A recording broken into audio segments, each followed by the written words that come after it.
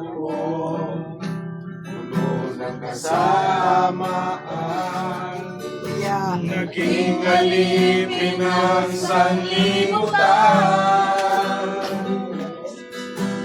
nalulong sa kalayawan.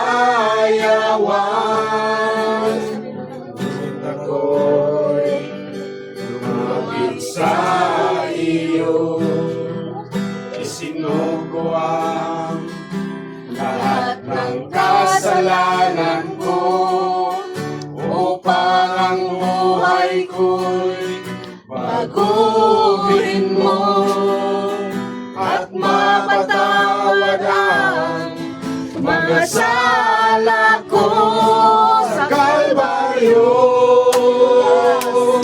Tinubos mo sa iyong dugo,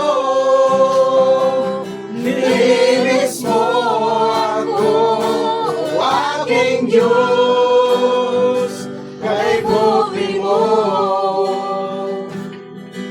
Ang iyong buhay ay di ipinagkait sa akin, ikaw ay napako sa krus ng Kalbaryo, dahil